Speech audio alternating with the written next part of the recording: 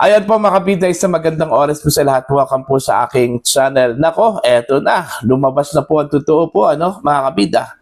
Sa kabila po ng insistence na pagbubunyag po ni Undersecretary Claire Castro na wala akong problema sa produktong petrolyo sa Pilipinas. Walang krisis po, mga kabida.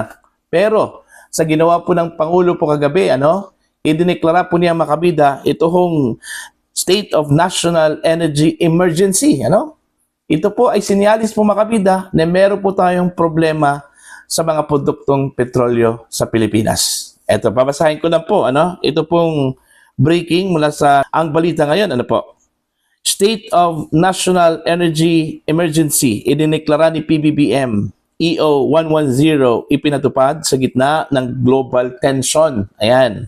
Idineklara ni Pangulong Marcos Jr. ang State of National Energy Emergency sa ilalim ng Executive Order number 110 nitong March 24. Kagabi po ito, mga kabida, bilang tugon sa lumalalang epekto ng tensyon sa gitnang silangan sa pandaigdigang supply ng langis at enerhiya. Ito po. Ito yung pag-amin po, sa banta sa energy security po, Okay? Sa mismong executive order, binigyang diin ng pamahalaan ang seryosong epekto ng kaguluhan sa global oil market. Ayan. Ito yung sinabi po, Recent hostilities in the Middle East have heightened geopolitical tensions, creating uncertainty in global energy markets, severe disruptions in supply chains, and significant volatility and upward pressure on international oil prices. Ito, malinaw po Emphasize dito mga kabida, itong significant volatility at saka itong severe disruptions in supply chain or chains. Okay? Malinaw po yan. Okay? Ewan ko kung ano bang masasabi po ni Undersecretary Claire Castro po dito, mga kabida. Alright?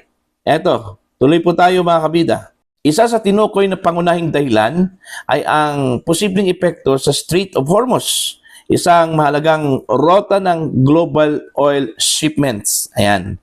The closure of the Strait of Hormuz disrupts the flow of petroleum products and constrains global fuel supply. Ito yung problema po, mga kabida, dahil nagbanta po ang Iran, mga kabida, na ang pwede lang pong dumaan dyan, yung mga hindi po mga kalyado po ng Estados Unidos at Israel, Pero yung Israel, Estados Unidos, at yung mga kalyado po, okay, siguro kabilang na po ang Pilipinas dyan, ay bawal pong dumaan dyan, mga kabida. Alright? Eto po, tuloy po tayo. Binigyang diin sa EO na ang Pilipinas bilang isang net importer ng langis ay direktang apektado ng anumang disruption. Ayan. Okay, malinaw po yun, mga kabida.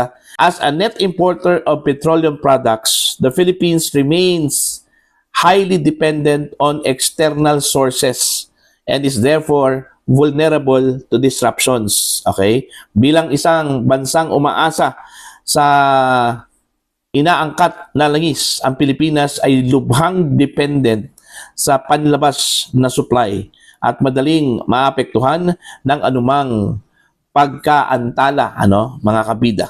Ano po ang purpose dito sa Executive Order number 110, mga kabida? Layunin, agarang aksyon at koordinasyon, Sa pamamagitan ng deklarasyong ito, layunin umano ng pamahalaan na mapabilis ang koordinasyon ng mga ahensya at may patupad ang mga agarang hakbang upang, number 1, matiyak ang sapat na supply ng enerhiya, maprotektahan ang ekonomiya, at number 3, matulungan ang mga sektor na apektado tulad ng transportasyon at industriya.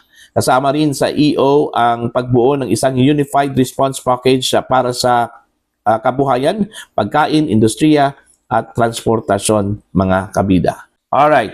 Now, dito sa bagong yugto po mga kabida ng krisis, aaminin na po natin at dapat aminin po ni Undersecretary Claire Castro po mga kabida, na meron pong krisis po sa langis dito sa Pilipinas. Ang deklarasyon ng State of National Energy Emergency ay malinaw na indikasyon na kinikilala ng pamahalaan ang lalim ng krisis na dulot ng global tension. Mula sa simpleng pagtaas ng presyo, ang usapin ngayon ay umabot na sa antas ng pambansang seguridad at katatagan ng supply ng enerhiya. Sa huli, ang EO 110 ay hindi lamang isang dokumento, ito ay isang babala na ang krisis sa enerhiya ay hindi na lamang posibilidad, kundi isang realidad na kailangang harapin ng buong bansa. So malinaw po mga kabida, no? Dito ho sa Executive Order number 110 declaring the entire Philippines sa ilalim po ng State of National Energy Emergency po mga kabida. So what's up Undersecretary Claire Castro Ano na? Akala ko ba wala hong krisis po sa enerhiya po, krisis po sa produktong petrolyo na palagi yung ini-insist mga kabida ni Undersecretary Claire Castro na wala hong krisis po ng oil supply sa Pilipinas. So ito malinaw sa Executive Order number 110 na meron po tayong problema ho sa supply, apektado ho tayo sa problema ho sa Strait of Hormuz mga kabida. Yun yung sinabi ko po na bakit hindi po sasabihin po ng gobyerno yung totoo, yung realidad po mga kabida, bakit pilit pong itinatago? Si Pangulong Marcos na mismo nagsabi mga kabida sa kanyang vlog na meron po tayong oil crisis. Itong si Undersecretary Claire Castro, yung kanyang tagapagsalita po mga kabida, panay insist na wala hong krisis po sa supply po ng produktong petrolyo mga kabida. Diba? Unang-una po, hindi po supply ang pinag-uusapan po natin. Ang pinag-uusapan po natin dito, yung malaking problema po ng Pilipinas mga kabida, yung patuloy po ng paglobo ng presyo po ng mga produktong petrolyo. Yun yung problema po natin. Okay? Kasi mas daig pa po ito sa kakulangan po ng supply ng produktong petrolyo sa Pilipinas. Kasi po, aanhin man po natin yung marami po tayong supply, mga kabida, pero patuloy yung pagtaas po ng presyo ng mga produktong petrolyo. Okay? Aanhin po natin yung supply na wala na pong magpapagasolina po mga kabida dahil hindi na po afford yung presyo po ng mga produktong petrolyo po, mga kabida.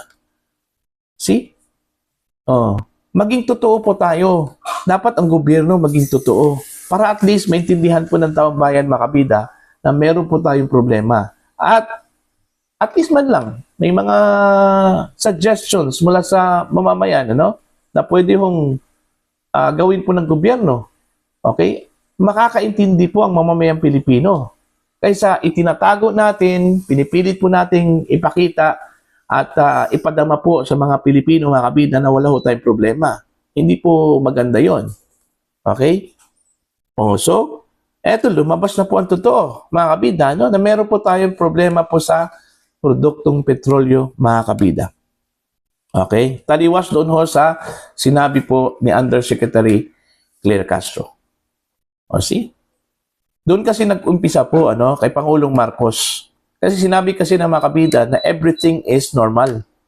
Ang dami yung supalpal na inabot po ni Pangulong Marcos doon, Nung sinabi po niya na everything is normal, which is hindi naman po normal. Abnormal po ang sitwasyon po ng Pilipinas, mga kabida, Sinugundahan po ito, mga kabida, ni Jose Claire, na wala ho tayong problema ho sa oil products. Dahil patuloy daw na umaangkat daw ang Pilipinas at patuloy daw nakakakuha po ang Pilipinas ng supply ng langis. Okay. So Jose Claire. So ano na po yung sagot mo dito sa State of National Energy Emergency? Okay, i-insist mo pa na wala ho tayong krisis sa mga produktong petrolyo? Okay? Yan po, mga kabida, ang nangyari po kagabi. Now, ano po ang mangyayari pag meron po tayong National State of Emergency, mga kabida?